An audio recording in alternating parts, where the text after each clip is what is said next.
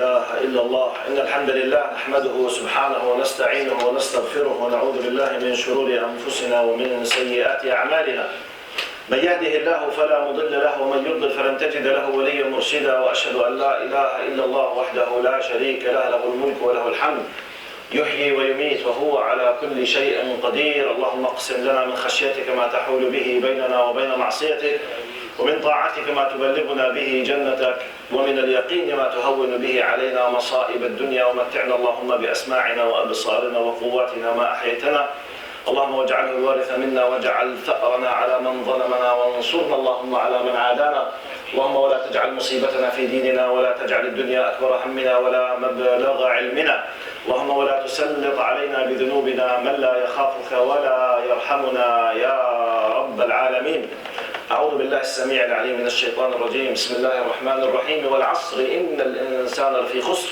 إلا الذين آمنوا وعملوا الصالحات وتواصوا بالحق وتواصوا بالصبر أعوذ بالله من الشيطان الرجيم بسم الله الرحمن الرحيم يا أيها الناس اتقوا ربكم إن زلزلة الساعة شيء عظيم يوم ترونها تذهل كل مرضعة عما أرضعت وتضع كل ذات حمل حملها وترى الناس سكارى وما هم بسكارى ولكن عذاب الله شديد وأصلي وأسلم على المبعوث رحمة للعالمين سيدنا محمد بن عبد الله وعلى آله وصحبه ومن والاه وعنا معهم إلى يوم الدين أما بعد.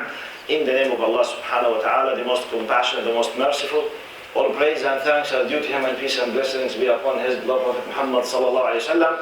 He who is guided by the will of Allah, no one can misguide him, and he who is misguided, no one can guide him except Allah subhanahu wa ta'ala. I do bear witness that there is no God but Allah and Muhammad is his messenger. Respected brothers and sisters, assalamu alaikum wa rahmatullahi wa barakatuh. How can you be proud of your Quran? How can I be proud of the Quran? Why I'm asking this question? We are living in a place, the majority, they are non-Muslims. We are living in a world, the majority, they don't believe in what we believe in. We are living in a world where millions of people, they believe just in materialistic things. We believe in a world where millions around us, they claim that they believe just in science.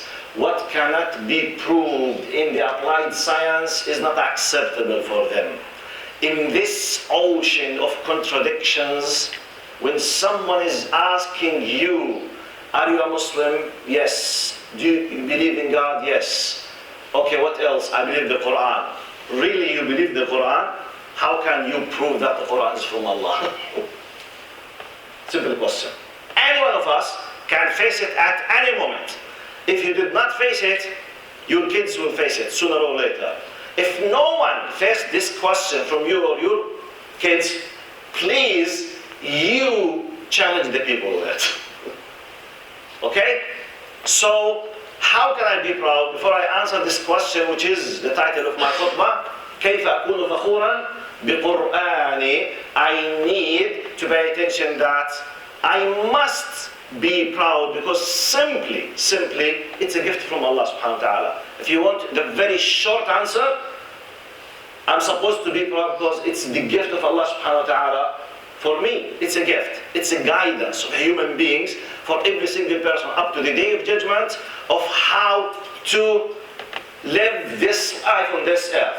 It is the catalog from, if I may put it metaphorically, the catalog of the manufacturer for me and the creative device, how to operate myself properly. So it's a gift.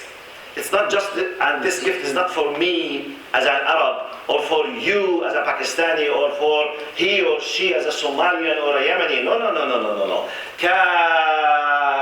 كافة للناس بشيرا ونذيرا. It's for every single human being on earth up to the day of judgment. So let us begin how to let this gift be reached to others. Because we do not own it, by the way. It's not ours.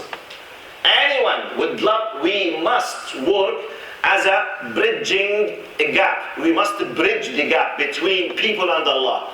It happened by the blessings of Allah that we already have the gift in our hands. Not because we deserve, It's because of the bounties of Allah subhanahu wa ta'ala. The least of what we should be doing to Allah subhanahu wa ta'ala to move this gift from us to others, and that's it. When you discuss with someone, tell him the following, please. I don't care if you hate me. Don't worry if you don't like my color, my race, my accent, my language. Exclude me from everything, but please, please think about the book, because this book is a gift from God to you, not for me.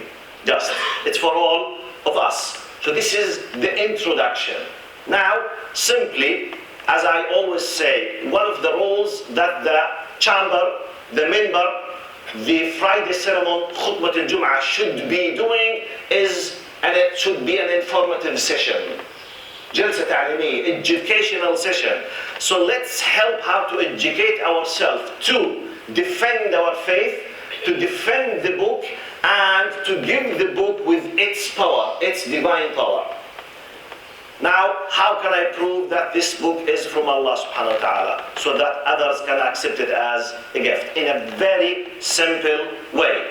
موضوعنا يا أحبة كيف أكون فخورا بكتابي ولن أكون فخورا حتى أتيقن أنه من عند الله.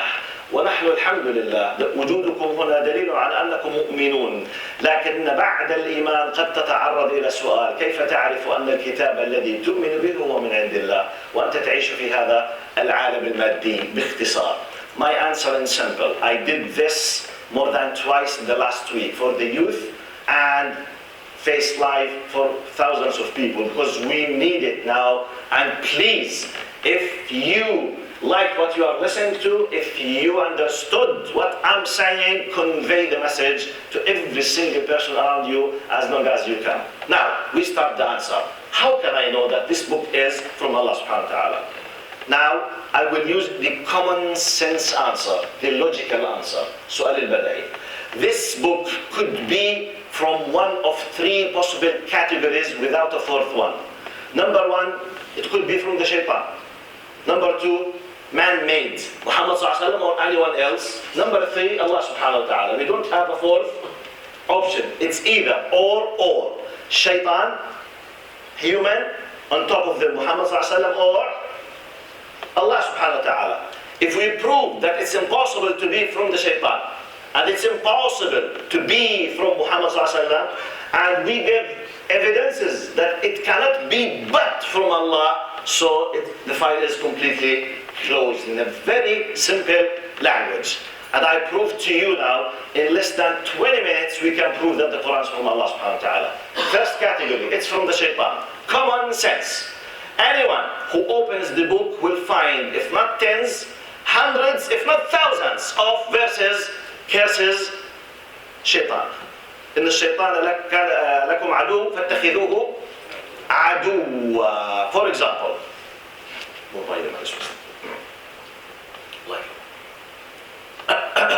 in many verses لعنه الله, in many verses مذءوما مدحورا. Common sense.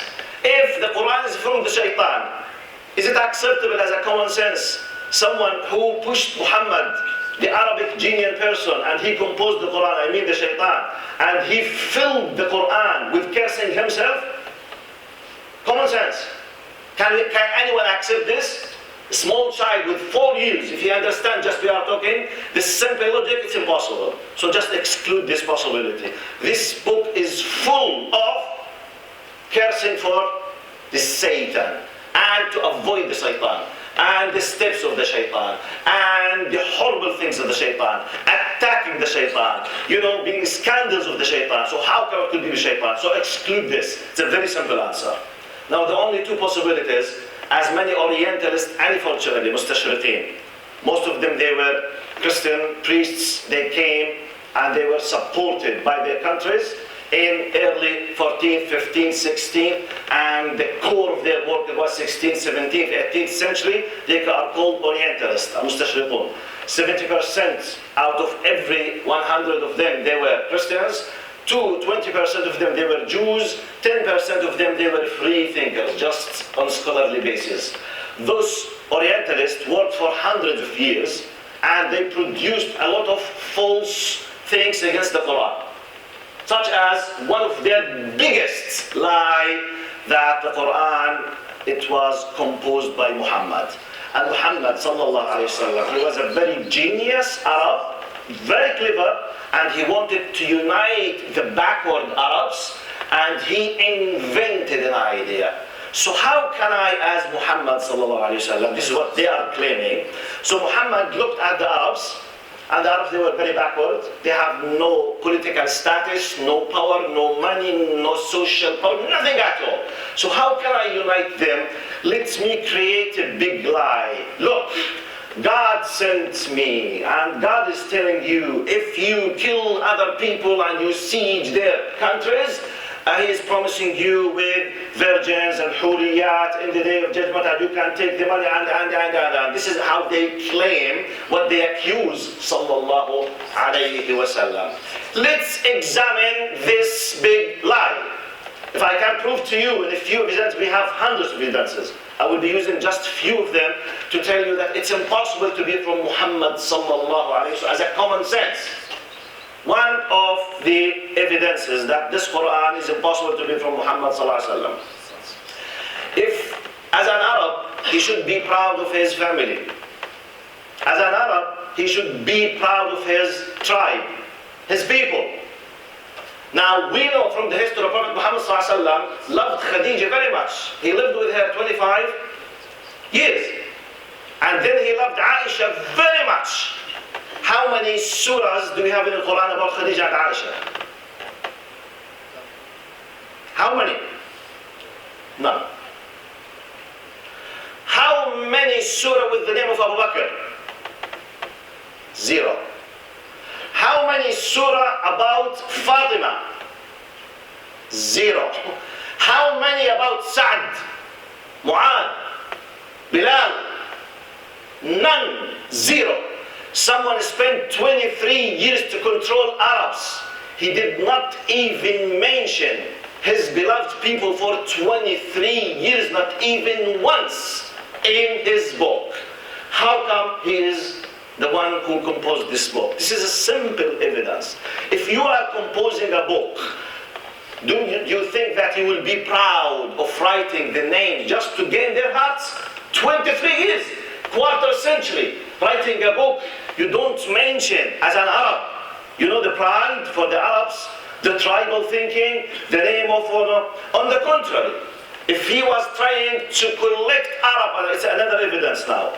He should be gaining the hearts of the very powerful people of Arabs. He was attacking them. Al-Walid ibn Mughira, عُتُلٍ بَعْدَ ذَلِكَ زَنِينَ أَنْ كَانَ ذَا مَالٍ وَبَنِينَ. He's attacking him as this is the one who was mentioned in the Quran. لولا أنزل هذا القرآن على رجل من القريتين عظيم. He was one of the greatest people of Quraysh. The Quran was attacking him as he is illegitimate child of his father. If Muhammad was trying to gain the hearts of Arabs, who on earth will accept that he was wasting his time in attacking the most powerful person in Quraysh? Common sense. His uncle, Abu Lahab, his direct uncle, تبت يدا أبي لهب وتب ما أغنى عنه ماله وما كسب. Do you think there is a crazy person who will do it? A crazy will not do it. So how come Muhammad ﷺ was attacking his family, his tribe, if he was composing this and he was trying to unite the Arabs to control the world? These are two quick common sense. Third evidence. You know that the Quran came as I always say, Jews, from the people of the book, they believe in the Old Testament. Christians, they believe in the New Testament. We Muslims believe in the Last Testament. Yes, Allah sent a testament for the Jews. Then a new one, then the final one by the seal of the Prophet Muhammad sallallahu alaihi wasallam, which includes everything was previously revealed. We believe in that.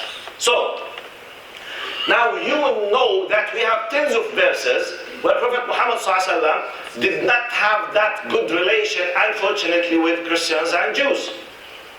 And you know that the Romans at that time, they were Christians. And they were attacking him.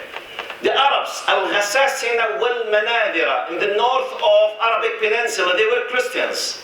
And they were attacking Arabs and Muslims. And Romans, the Byzantines, they were attacking Muslims. Yet, you have a special chapter in the Quran with the name of Mary, Maryam. Who is Mary? Mary, she is the mother of Jesus. Jesus, the most important character in Christianity, which politically they are his enemies. You explain it to me. You explain it. When someone asks you, how can you prove this book from Allah? I said, you answer to me.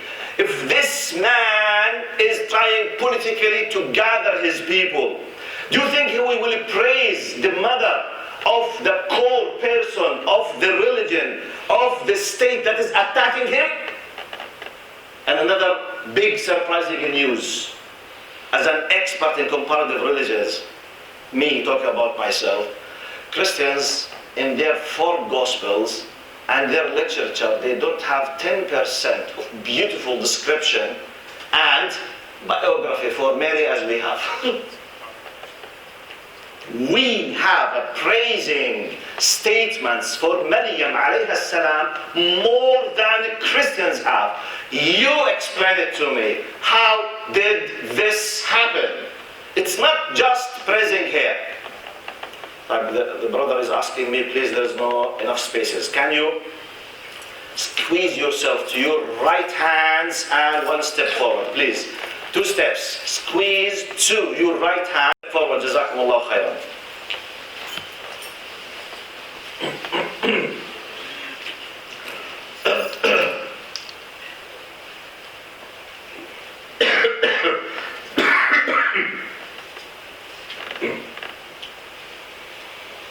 And the final evidence, Jazakumullah khairan, final evidence about that it's impossible to be from Muhammad sallallahu alaihi wasallam. You know Muhammad sallallahu alaihi wasallam, he was fighting a lot of enemies, and a lot of enemies, they used to hold a lot of hatred against him. Except Abu Lahab, as Allah decided. Do we have even one single name of his enemies? Names. No names. Just description for their deeds. If it's up to Muhammad as a normal human being, someone is attacking him on a daily basis, even Al-Walid al-Mughira that we described. We know this because of what we call the reasons for revelation, Asbab al-Nuzul. But the name of Al-Walid al-Mughira is not mentioned. For example, Uqma bin Abi Mu'ayt wa Ubay ibn Khalaf, in the very famous revelation, which is وَيَوْمَ يَعَضُّ الظَّالِمُ عَلَى يَدَيْهِ يَقُولُ يَا لَيْتَنِي اتَّخَذْتُ مَعَ الرَّسُولِ سَبِيلًا. Their names are not mentioned. Al-Walid, they are not mentioned. Abu Jahl, Prophet Muhammad says in the hadith, Fir'aun هذه الأمة. He gave him the title as the Pharaoh of this Ummah. His name is not mentioned.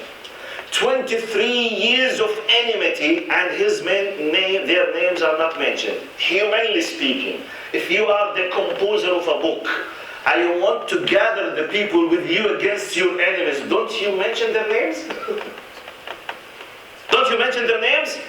Aha. This is just to prove that this book is for human beings after the day of judgment. Because our problem is not with this specific person. Our problem is with the attitude and the deed itself. One of the scholars, he was saying, imagine when Khalid ibn Walid radiallahu anhu, he became one of the greatest Muslims. He was fighting in Uhud against Muslims. Later on, he became one of the great heroes of Islam.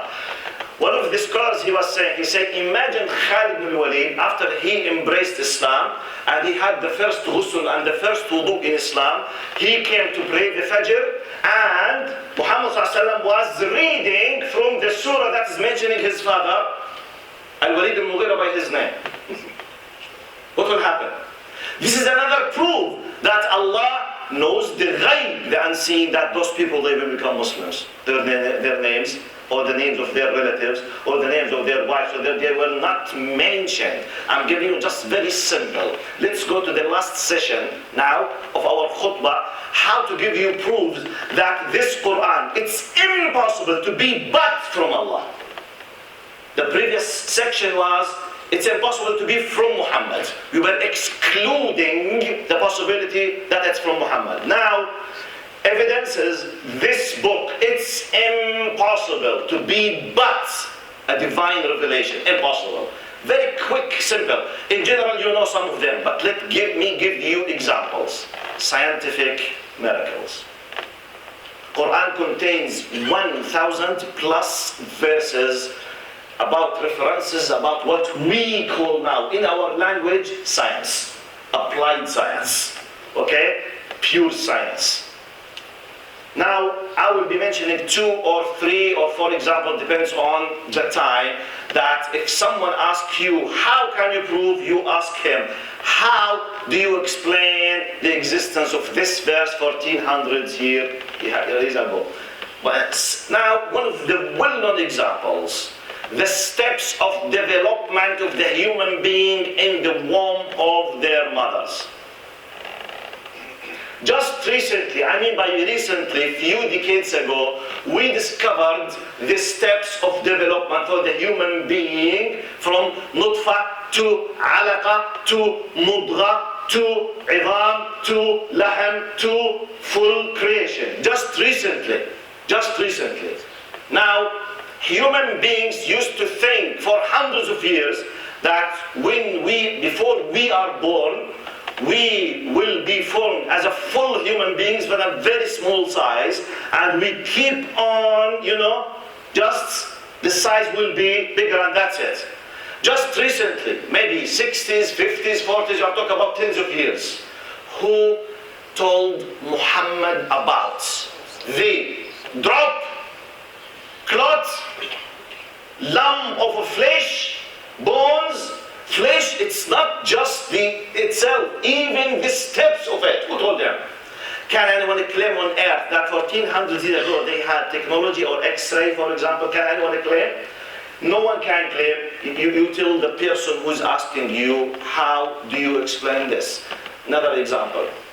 Allah subhanahu wa ta'ala, when he was challenging the non-believers, one of the verses, أَيَحْسَبُ الْإِنسَانُ أَلَّن نَجْمَعَ عِظَامَهُ بَلَى قَادِرِينَ عَلَىٰ أَن نُسَوِّيَ بَنَانَهُ. Look, 1400 years ago, Allah is challenging the disbelievers by saying, it's not just I will recreate you, but rather I will reshape your fingerprints. Who on earth at that time was aware of the fact, scientifically speaking, that every single person has his unique fingerprint? Who? Who can claim it? Let him come. No one. No one. It's impossible. And anyone who respects his mind and knows what science is, knows that this information was not known. How did Muhammad ﷺ know this? I'm giving you 2 examples out of 1,000. Third example.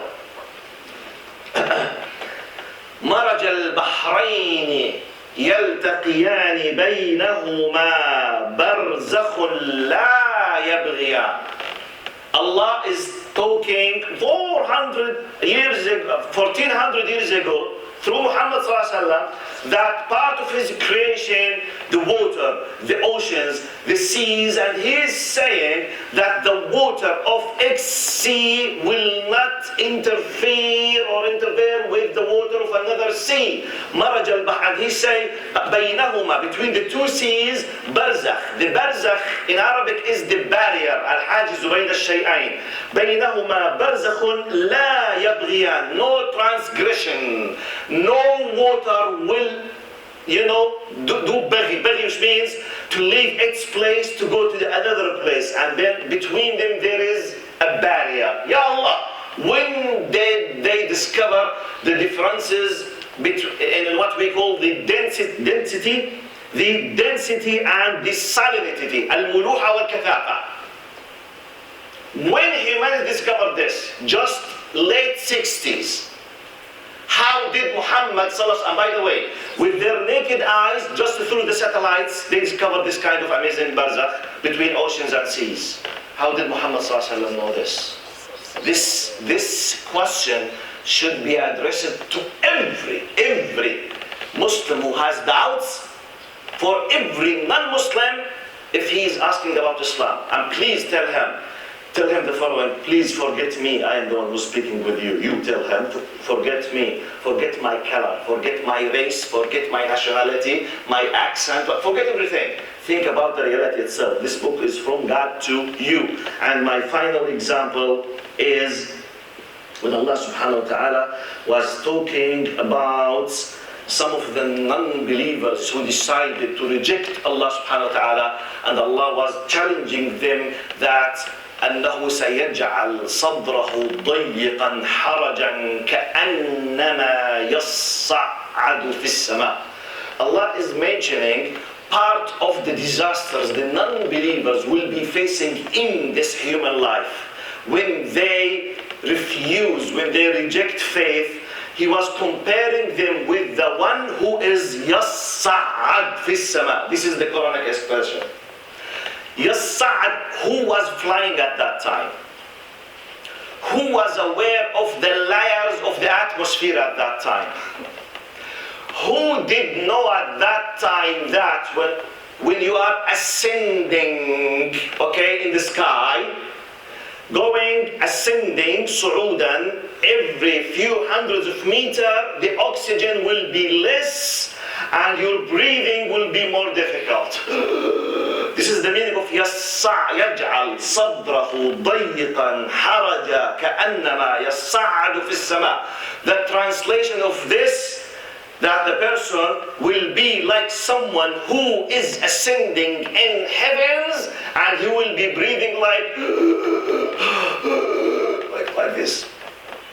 How did Muhammad know that? How? They have just discovered this few decades, few tens of years. If anyone on earth, if any atheist, if any non-Muslim, if any scientist who claims that he believes in science can bring an answer for this, let us leave Islam and follow him, if they can. But this Quran is challenging. And please, I'm not giving you, when I say challenging, in a brotherly sense, with a nice, good attitude. Don't attack the people for it, because this is a gift from Allah subhanahu wa ta'ala. أسأل الله سبحانه وتعالى أن يرزقنا حسن الفهم والإخلاص في القول والعمل وصلى الله على سيدنا محمد.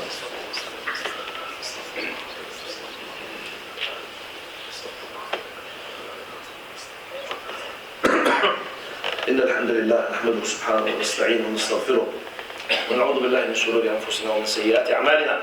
من يهده الله فلا مضل له ومن يضلل فلن تجد له وليا مرشدا، واشهد ان لا اله الا الله وحده لا شريك له، له الملك وله الحمد يحيي ويميت وهو على كل شيء قدير. Respected brothers and sisters, life is very short. We don't know when any one of us will be passing away. So please, as long as you know and you believe that Allah has blessed you with the gift of Islam, with the gift of the Quran, we have no right to keep this gift with us. It's just a trust, amana. It must be conveyed. يجب أن تنقل للآخر. Otherwise, we are not respecting the gift of Allah subhanahu wa ta'ala. So please, feel proud, be proud, seek the knowledge, convey the knowledge, so that, inshallah, all of us will be able to raise up our hands, نرفع رؤوسنا, in the day of judgment before Allah subhanahu wa ta'ala, saying, Ya Allah, we have done our best. أقول قولي هذا وأستغفر الله لي ولكم فيا فوز المستغفرين. اللهم اغفر لنا وارحمنا وعافنا واعف عنا يا رب العالمين. اللهم ارحمنا فوق الأرض وتحت الأرض يوم العرض عليك يا كريم. سبحانك لا نحصي ثناء عليك أنت كما أثنيت على نفسك. أنت المقدم وأنت المؤخر وأنت على كل شيء قدير. اللهم إنا عبيدك أبناء عبيدك أبناء إمائك نواصينا بيدك ماض فينا حكمك عدل فينا قضاؤك. نسألك بكل اسم هو لك سميت به نفسك أو أنزلته في كتابك أو علمته أحدا من خلقك أو استأثرت به في علم الغيب عندك أن تجعل القرآن العظيم ربيع قلوبنا وجلاء أحزاننا وذهاب همومنا وغمومنا يا رب العالمين. اللهم ارزقنا الإخلاص في القول والعمل. اللهم ارحمنا وارحم والدينا ووالد والدينا واصحاب الحقوق والواجبات علينا يا رب العالمين. يا رب من مات من ابائنا وامهاتنا واخواننا واحبابنا ومن له حق علينا يا الله، اللهم اجعل قبورهم روضة من رياض الجنة ولا تجعلها حفرة من حفر النيران، واغسلهم بالماء والثلج والبرد ونقهم من الذنوب والخطايا والاثام كما ينقى الثوب الابيض من الدنس. ان الله يأمر بالعدل والاحسان وايتاء ذي القربى وينهى عن الفحشاء والمنكر والبغي يعظكم لعلكم تذكرون. واقم الصلاة.